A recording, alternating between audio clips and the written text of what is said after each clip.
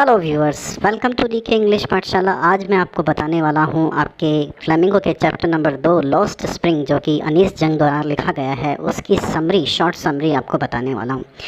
और बहुत ही मज़ेदार ढंग से इस कहानी की हम बात करेंगे। लॉस्ट स्प्रिंग, आपको लगता है कि कोई स्प्रिंग लॉस्ट हो गई। स्प्रिंग का मतलब वो पैन में लगने वाली स्प्रिंग खो गई। अरे नहीं भाई, स्प्रिंग का यहाँ पर मतलब है सीजन से। ना ना ना ना, स्प्रिंग का मतलब सीजन से भी नहीं है।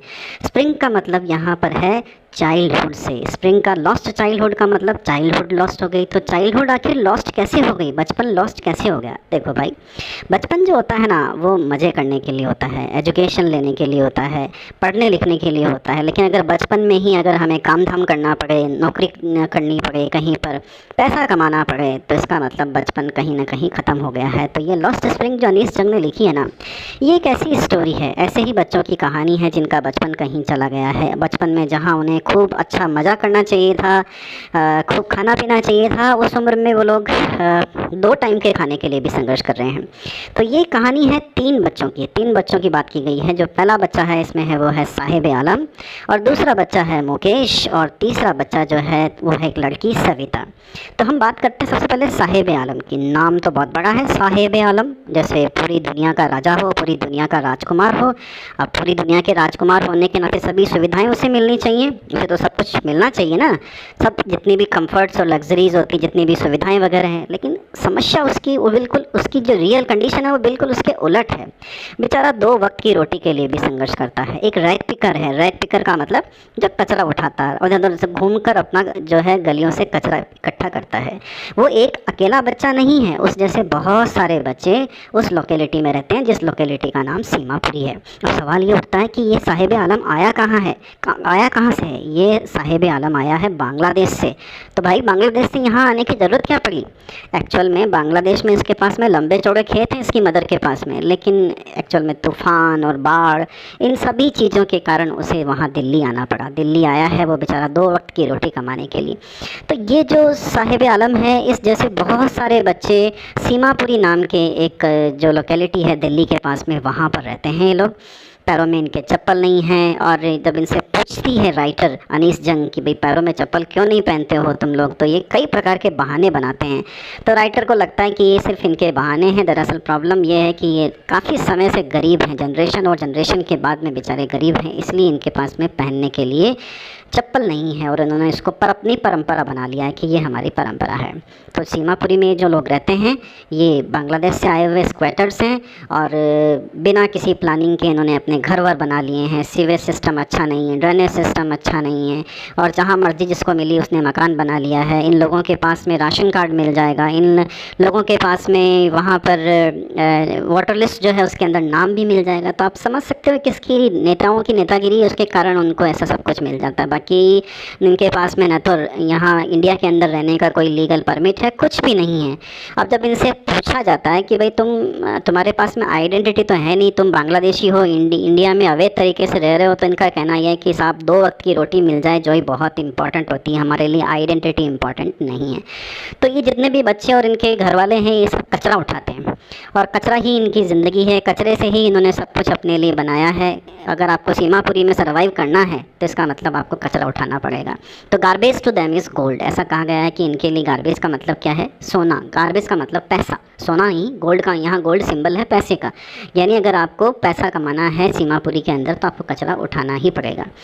तो बच्चों के लिए तो जो बड़े हैं उनके लिए तो गार्बेज सिर्फ जीने का ज़रिया है, कचरा जीने का ज़रिया है, लेकिन बच्चों के लिए कभी कभी एक्साइटमेंट का सोर्स बन जाता है। क्यों? क्योंकि उन्हें कभी कभी यहाँ पर रुपए 2 रुपये मिल जाते हैं जो उनके लिए काफ़ी उत्साह का सोर्स होते हैं। रुपए 2 रुपये देखते ही इनके तो फिर जैसे पड़ लगे आते हैं। तो इसलिए बच्चे रोज़ इस उम्मीद में कचरा उठाते हैं कि आज 1 रुपया मिलेगा कि 2 रुपये मिलेंगे।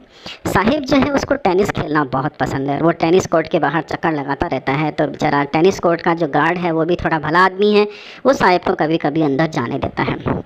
और साहिब जो है, अब बाद में समझ में आता है कि साहिब ने अपना प्रोफेशन चेंज कर दिया। पहले वो रैग पिकर था, अब वो किसी टी स्टॉल में काम करता है। तो टी स्टॉल में काम करता है, वहाँ पर उसे 800 रुपये मिलते हैं, 3 टाइम का खाना मिलता है। तो अच्छी, जो पहले कर रहा था उससे अच्छा ही है, लेकिन फिर भी साहिब को मज़ा नहीं आ रहा है। साहिब को मज़ा इसलिए नहीं आ रहा है क्योंकि वो पहले खुद अपना मालिक था, अपनी सुविधा के अनुसार काम किया करता था, अपना खुद काम किया करता था, लेकिन अब उसकी फ्रीडम और लिबर्टी चली गई है। अब उसे किसी मालिक के अंडर काम करना पड़ता है, तो उसके लिए समस्या बड़ी विकराल हो चुकी है, इसलिए वो संतुष्ट नहीं है किसी भी टी स्टॉल में काम करके।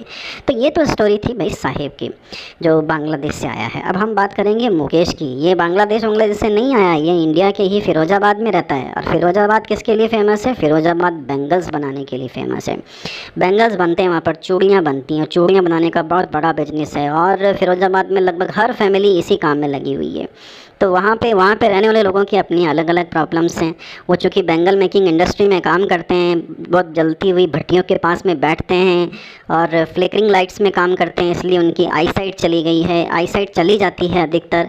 और दूसरी बात है, उनको जो छोटे छोटे कमरे हैं उनमें बैठकर काम करना पड़ता है और अधिकतर चाइल्ड लेबर होता है वहाँ पर। तो राइटर कहती है कि अगर ये मालूम पड़ जाए इन बच्चों के को कि इनके राइट्स क्या हैं, ये चाइल्ड लेबर क्यों करवाया जा रहा है, तो ये कानून के से मुक्ति पा सकते हैं, यानी उस कानून से इस चंगुल से उनको छुटकारा मिल सकता है। लेकिन फिर कानून अगर चंगुल से छुटकारा दिलवा भी देगा तो फिर खाने पीने के लिए कहाँ जाएंगे, कमाएंगे कहाँ से? इसलिए कोई इस तरह की कोई बात भी नहीं करता है।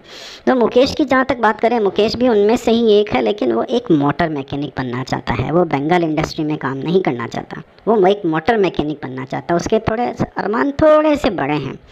अब मुकेश के घर में भी अनीस जंग जाती है, तो वहाँ देखती है कि घरों की छत जो दीवारें हैं वो टूटी हुई हैं, दरवाजे टूटे फूटे हुए हैं, खिड़कियाँ नहीं हैं, जानवर भी साथ में रहते हैं, गलियों में बदबू आती, स्टिंकिंग लेंस इसमें एक फ्रेज़ यूज़ किया गया है।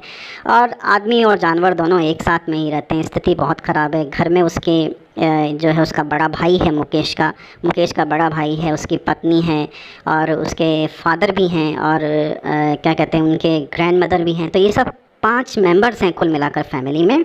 तो जैसे ही अंदर वो अनीस जंग जाती हैं तो अंदर देखती हैं कि जो घर की बहू है वो अपना खाना पका रही है और जैसे ससुर जी आते हैं तो घूंघट के पीछे छिप जाती है। तो ये वेल सिस्टम की तरफ इशारा करता है, घूंघट प्रथा, यानी घूंघट प्रथा अभी भी समाज में उस समय देखी जाती है। उसके बाद में हमें ये बताया जाता है कि जो ग्रैंड मदर है, मुकेश की जो ग्रैंड मदर है, वो ये बताती हैं कि ये जो उन्हें प्रोफेशन है, ये जो बेंगल मेकिंग प्रोफेशन है, उन्हें विरासत में मिला है और इसके अलावा वो कुछ भी नहीं कर सकते। इसमें बात की गई है गॉड गिवन लीनिएज की, यानी भगवान ने जो दिया है उनको वही करना पड़ेगा। तो मुकेश तो बड़ा बहादुर है, वो इस गॉड गिवन लीनिएज में विश्वास नहीं करता है और वो क्या करना चाहता है, वो इस परंपरा को तोड़ना चाहता है। वो करेजियस है, वो साहसी है, वो इसमें विश्वास नहीं करता, वो एक मोटर मैकेनिक बनना चाहता है। तो क्या वो मोटर मैकेनिक बन पाएगा? लेकिन अब इसमें भी मोटर मैकेनिक बनने में भी उसको बड़ी बड़ी समस्याओं का सामना करना पड़ेगा। पहले परिवार को कन्विंस करना पड़ेगा, परिवार को कन्विंस करने के बाद में ही आगे कुछ हो पाएगा। तो आगे अनीस जंग बताती हैं कि गाज़ियाबाद में इस जो एरिया जिसमें फ़िरोज़ाबाद में लगभग हर फैमिली जो है बैंगल्स मेकिंग में लगी हुई है और सारे के सारे सभी लोग बैंगल मेकिंग का ही काम करते हैं। फिर आती है सविता की स्टोरी। सविता भी बैंगल्स बनाने का ही काम करती है। एक्चुअल में वो ग्लास सोल्डरिंग का काम करती है जो बैंगल्स के लिए यूज़ किए जाते हैं। और सविता को पता नहीं है कि ये जो बैंगल्स हैं जो मैरिज का सिंबल है, मैरिज का सिंबल है, यानी ये इसका मतलब मैरिज होती है, शादी होती है, शादी में ये चूड़े पहने जाते हैं। एक दिन ऐसा आएगा सविता की भी शादी होगी, लेकिन जिस तरह से दूसरे लोगों के लिए, दूसरी लड़कियों के लिए शादी का मतलब खुशी, हैप्पीनेस होता है, लेकिन सविता के लिए ऐसा कुछ नहीं होगा, क्योंकि उसके जो परिवार की जो महिलाएं हैं उनकी भी शादी हुई है। शादी के बाद में उनके जीवन में कुछ बदला नहीं है, सब वैसा का वैसा ही है और सब बेचारियों को 2 वक्त की का खाना भी नहीं मिल पाता है। शादी के बाद में भी उनकी वैसी की वैसी स्थिति रहती है, इसलिए मैरिज उनके लिए कुछ खास स्पेशल नहीं करने वाली है। तो उसके बाद में अनीस जंग इन सभी बच्चों से पूछती है कि भाई तुम लोग अपना प्रोफेशन चेंज क्यों नहीं कर लेते, तुम लोग ये जो भी काम करते हो उसको चेंज क्यों नहीं कर लेते। तो वो बताते हैं कि प्रोफेशन चेंज करने में एक तो लगता है पैसा, और उनके पास में पैसा है ही नहीं। जनरेशन आफ्टर जनरेशन वो लगातार पुअर ही हैं, उनके पास में पैसा है ही नहीं। और दूसरी बात यह है कि उनकी सोचने समझने की शक्ति ही ख़त्म हो चुकी है। दरअसल उनसे जो लोग जिनके वहाँ काम करते हैं वो इतना हार्ड वर्क करवाते हैं, तो उनकी सोचने समझने की शक्ति बिल्कुल ही ख़त्म हो चुकी है, इसलिए वो कुछ कर ही नहीं पाते हैं। फिर अनीस जंग उनसे फिर से पूछती है कि भाई तुम लोग एक काम करो, अपना एक ग्रुप बनाओ, अपना एक ग्रुप बनाओगे, अपनी एक सोसाइटी बनाओगे, अपने अधिकारों के लिए लड़ोगे तो तुम्हें तुम्हारे अधिकार मिलेंगे।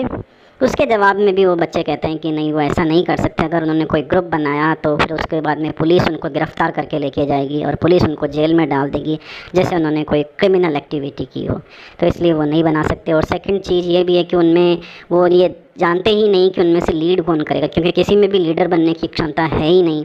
सभी लोग एक्चुअल में 2 वक्त की रोटी के लिए संघर्ष कर रहे हैं, तो लीडर कौन बनेगा, ये भी उनकी समस्या है। इसलिए वो अपने आप को ग्रुप्स में ऑर्गेनाइज नहीं कर पाते।